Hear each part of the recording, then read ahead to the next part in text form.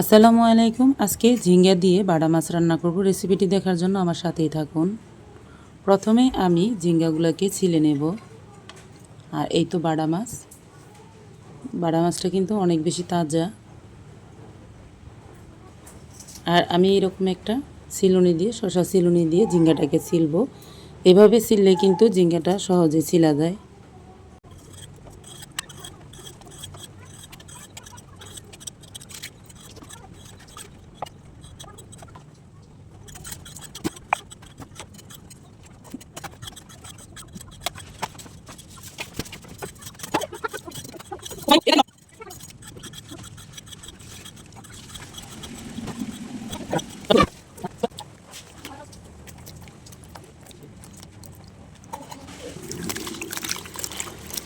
মাছগুলো মাখিয়ে নিব। দিয়ে দিব লবণ, মরিচের গুঁড়া হাফ চা চামচ, হলুদের গুঁড়া হাফ চা চামচ। এখন মাখিয়ে নেব।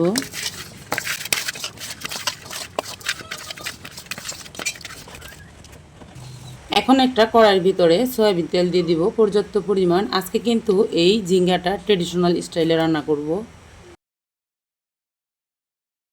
এই মাছগুলা ভাজবো।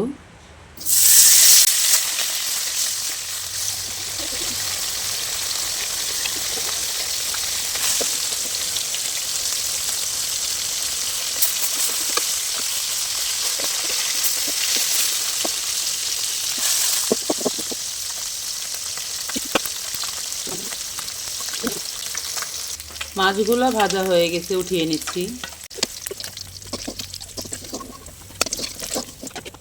থেকে 3টা পেঁয়াজ কুচি,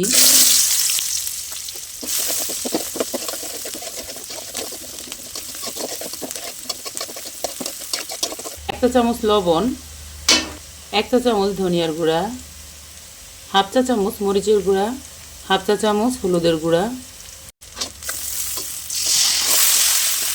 অল্প একটু পানি দিয়ে ভালো করে মশলাটাকে কষিয়ে নিচ্ছি। মশলাটা ভালোভাবে কষলে অল্প পরিমাণের পানি দিয়ে দেব।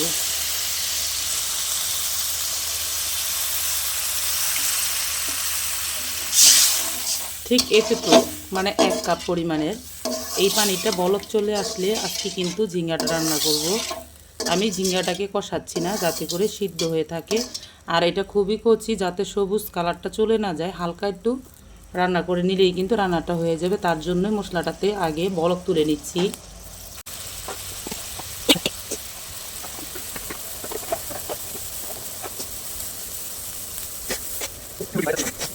বলক চলে আসছে, এখন আমি ঝিঙ্গাগুলো দিয়ে দিচ্ছি।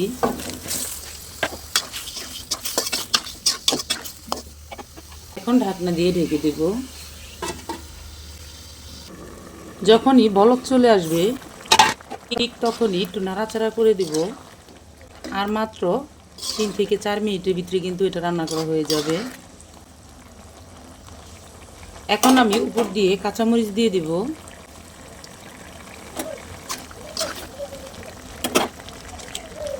আর হাফ চা চামচ জিরার গুঁড়া।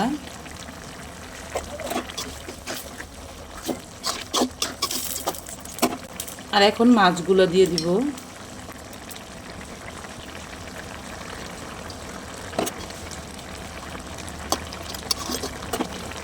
আবারও আমি ঢাকনা দিয়ে একটু ঢেকে দিব ভালোভাবে সিদ্ধ হওয়ার জন্য। 2 থেকে 3 মিনিট ঢাকনা দিয়ে ঢেকে রাখার পর তরকারিটা ঠিক এরকম হয়ে যাবে। আর আপনারা ঝিঙ্গাটাকে যদি অল্প জালে সবুজ কালার করে রান্না করতে চান, তাহলে ঠিক এভাবে রান্না করতে পারবেন। আমার কিন্তু ঝিঙ্গাটা সম্পূর্ণ সিদ্ধ হয়ে গেছে, মানে খাওয়ার জন্য প্রস্তুত। আর এটা কিন্তু সেরকম একটা সময় লাগে না রান্না করতে। আর রেসিপিটা কিন্তু খেতেও দারুণ। দেখতে পাচ্ছেন, যে কোনো সবজি যদি সবুজ থাকে তাহলে কিন্তু খেতে অনেক বেশি ভালো লাগে। আশা করি বুঝতে পারতেছেন। তরকারিটা কিন্তু সম্পূর্ণ রেডি করা হয়ে গেছে, দেখতে পাচ্ছেন। তরকারির কালারটা যদি দেখেন তাহলে জাস্ট ওয়াও, অনেকটা সুন্দর, অনেকটা লোভনীয়, দেখতেই পাচ্ছেন। রেসিপিটি কেমন লাগলো? অবশ্যই ভালো লাগবে আপনাদের কাছে। যদি ভালো লাগে তাহলে কিন্তু ট্রাই করবেন। আর আমার চ্যানেলটিতে একটি লাইক দিয়ে দিবেন। তবে আজ এই পর্যন্ত, আরেকদিন চলে আসবো নতুন কোনো রেসিপি নিয়ে ইনশাল্লাহ।